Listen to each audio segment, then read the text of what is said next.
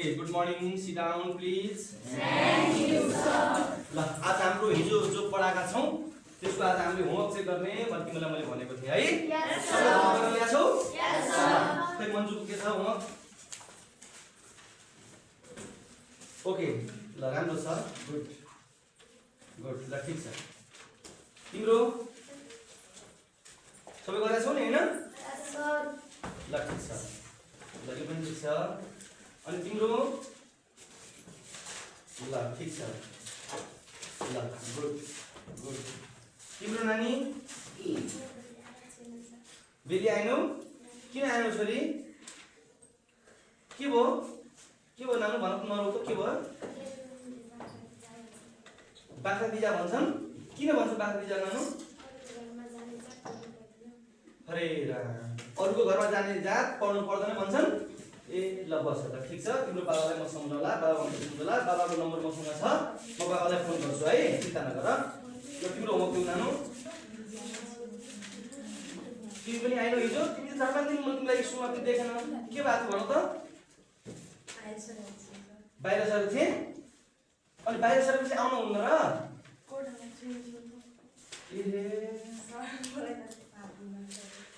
किन 5 दिन भएपछि नजिक आउनु हुन्न? ल हेर अब हेर ल, म यसलाई छुन्छु है, मलाई छुमुसो हुन्छ कि हुन्न हेर है।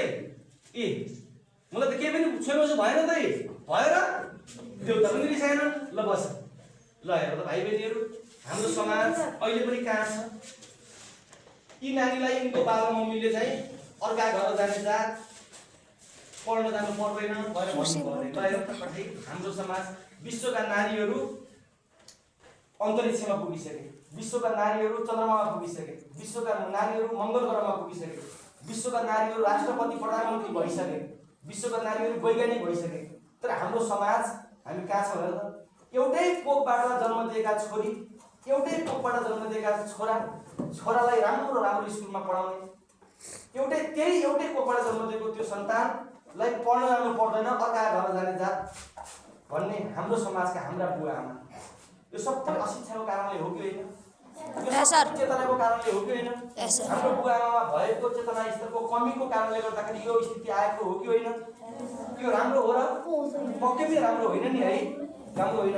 हाम्रो नेपालको संविधानले पनि नबोल बाबु, हाम्रो नेपालको संविधानले पनि छोरा र छोरीलाई बुवा आमाको सम्पत्तिमा बराबर हक लाग्छ भनेर नेपालको संविधानले भनेको छ।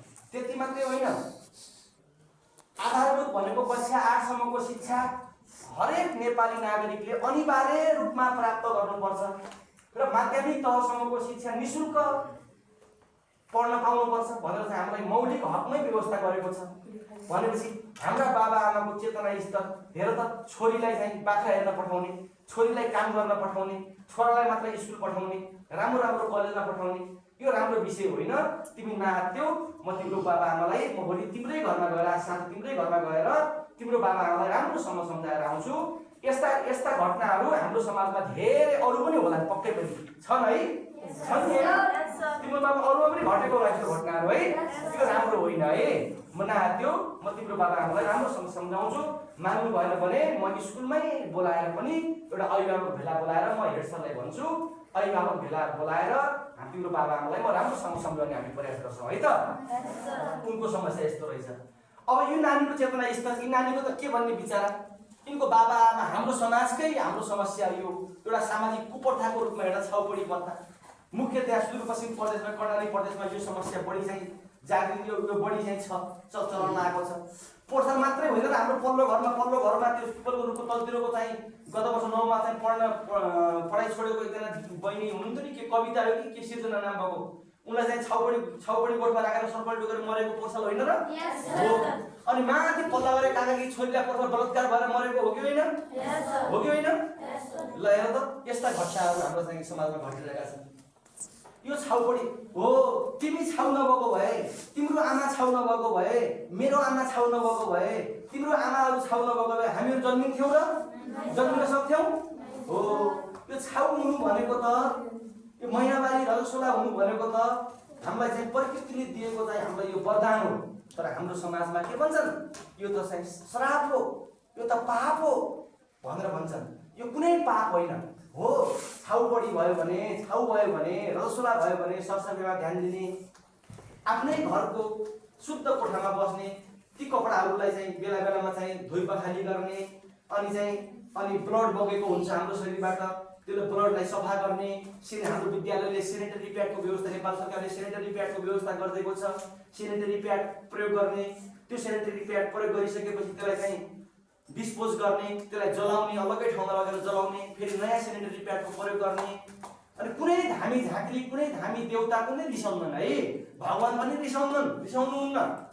यो हाम्रो गलत, हाम्रो पितृ सत्तात्मक देश पहिलेदेखि चलन चल्तीमा आएको चाहिँ परम्पराले गर्दाखेरि हामी अहिले पनि त्यही परम्परामा छौँ। यो गलत हो।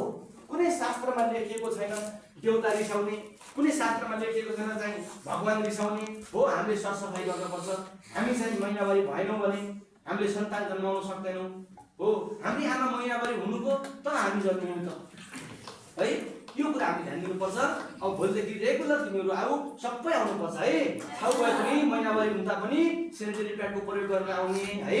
अनि चाहिँ हो गर्नुको काम नगर्ने, पोसिलो प्रशस्त मात्रामा पोसिलो दही दुधहरू खानु पर्यो, भिटामिनहरू खानु पर्यो, फलफुलहरू खानु पर्यो, गर्नुको काम गर्नु भएन है। यो कुरा हामी सबैले बुझ्नुपर्छ है त। र हामीले मात्र बुझेर पनि भएन, हाम्रो छरछिमेकमा हाम्रा बहिनीहरू, हाम्रो दिदीहरू, हाम्रा आन्टीहरू, हाम्रा आमाहरूलाई पनि यो कुरा सम्झाउने। आहा आज हाम्रो सरले यस्तो भन्नुभयो आमा, हाम्रो सरले यस्तो भन्नुभयो माइजू, हाम्रो सरले यस्तो भन्नुभयो फुपू भनेर सम्झाउने, उहाँहरूलाई पनि सम्झाउने होइन। सेनिटरी प्याडको प्रयोग गर्न लगाउने, शुद्ध कोठामा बस्न, घरमा आफ्नै घरको शुद्ध कोठामा चाहिँ बस्न लगाउने। बलताल हुनबाट हुन्छ, सर्पले टोक्छ, छाउपडी कोठमा गएर सुत्दाखेरि विभिन्न किसिमका घटनाहरू घट्न सक्छन् भनेर चाहिँ हामीले सिकाउने। यस्तो काम राम्रो होइन, आफ्नै घरमा बस्नुपर्छ भन्ने कुरा सिकाउनुपर्छ है। कुरो बुझ्नुभयो सबैले? भोलिदेखि हामीले पनि यो काम गर्ने, हामीले अरूलाई पनि यो काम गर्न है त। Thank you.